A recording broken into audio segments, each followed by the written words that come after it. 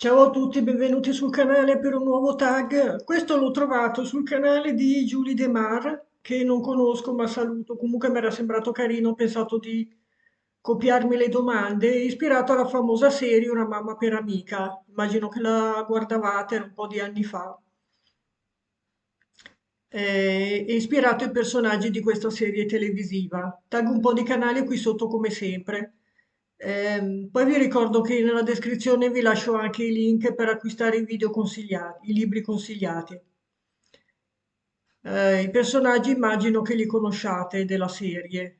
Comunque, domanda numero uno. Lorelai è un personaggio sarcastico? Qui ho pensato al protagonista di questo libro, cioè di questa serie di libri di Raymond Chandler, che è Philip Marlowe, l'investigatore creato dalla penna di questo genio, uno dei capostipiti dell'Hard Boiled, uno dei più grandi autori di romanzi noir.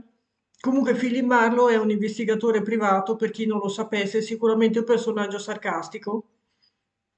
Questo è uno dei libri più belli della serie, ma ce ne sono tanti. E poi ne sono stati tratti diversi film per la TV. Immagino che il personaggio lo conosciate.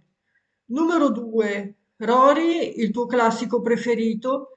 Qui vi cito il Fu Mattia Pascal di Pirandello, che è il libro a scuola che mi hanno fatto leggere di Pirandello quando andavo alle medie, mi ha fatto scoprire l'autore e da allora mi è piaciuto tantissimo.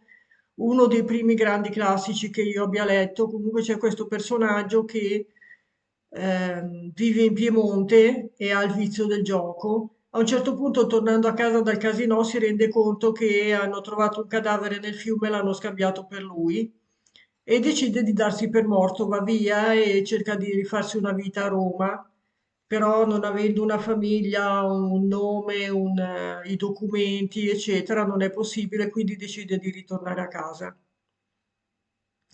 Il resto ovviamente dovete leggere il libro se volete sapere come finisce. Numero 3, un libro che ami segretamente ma che hai paura di ammetterlo.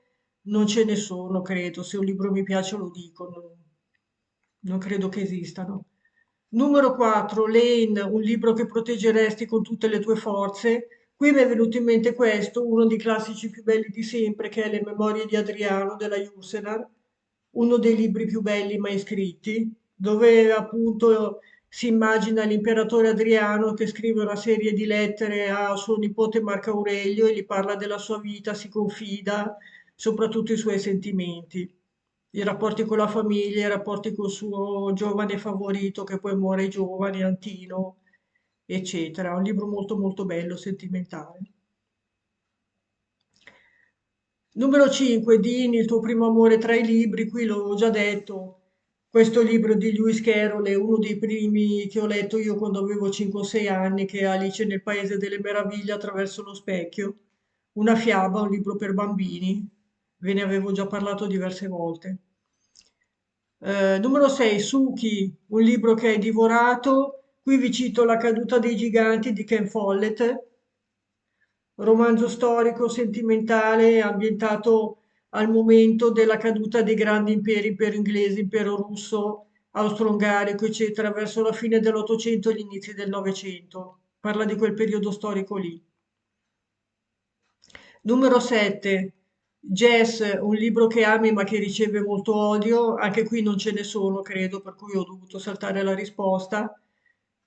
8, Mi spatti, un libro che è stato rovinato dalla sua fama. Qui non sapevo quale citare, però ho citato questo, che è Un uomo da marciapiede, nel senso che il film penso che lo conosciate tutti, magari non tutti sanno che è stato tratto da un libro, cioè il film è famosissimo, il libro no. Comunque è altrettanto bello anche il libro. Parla di questo ragazzone del Texas che va a New York per cercare di farsi mantenere dalle donne, eccetera, però essendo un po' ingenuo, un campagnolo, la vita di città è molto più dura di quello che pensava lui e trova parecchie difficoltà, diciamo. Un libro molto triste. Numero 9, Emily Gilmore, un libro caro che hai in biblioteca. Qui vi cito Il mondo in tasca di James Hadley Chase, un libro noir che parla di un gruppo di scapestrati che tenta di fare una rapina a un furgone blindato.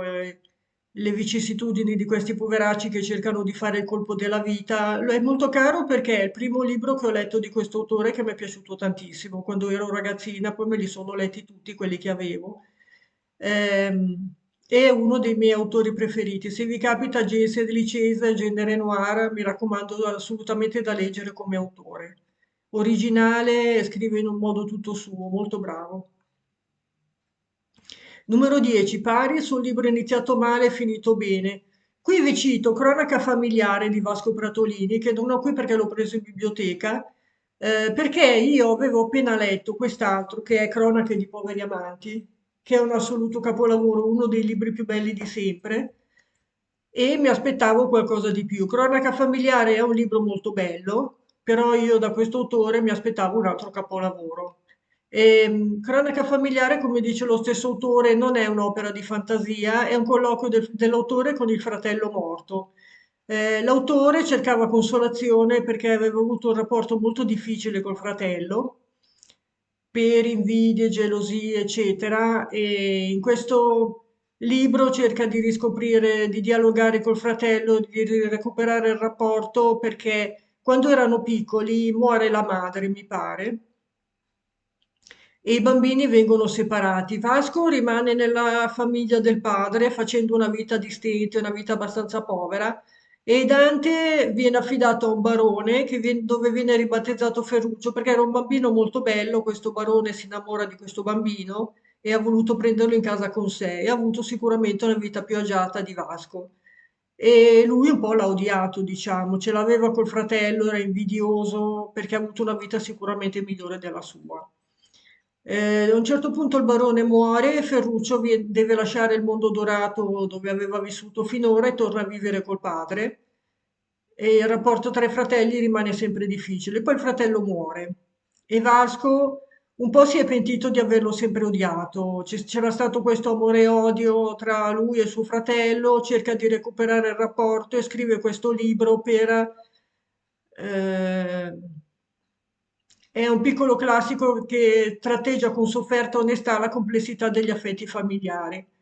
Lui voleva bene al fratello, però era invidioso, però per un certo periodo l'ha odiato, dopo si è pentito di averlo odiato, cerca di recuperare il rapporto, eccetera. Avevano un rapporto molto difficile. Questo libro è un libro che io all'inizio mi aspettavo qualcosa di più, l'ho trovato un pochino noioso, poi andando avanti invece mi sono resa conto che era un libro molto profondo, molto sentito da parte dell'autore, anche perché riguardava la sua vita, non era solo un romanzo.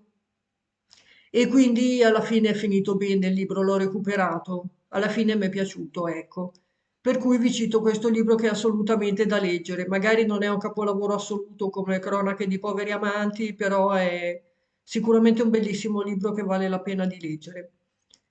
Bene, per oggi ho finito, spero che i miei consigli vi piacciono e che abbiate provato magari i libri che vi consiglio ogni tanto. Dopo fatemi sapere se li avete letti e cosa ne pensate. Grazie per la visione, al prossimo video, a presto, ciao.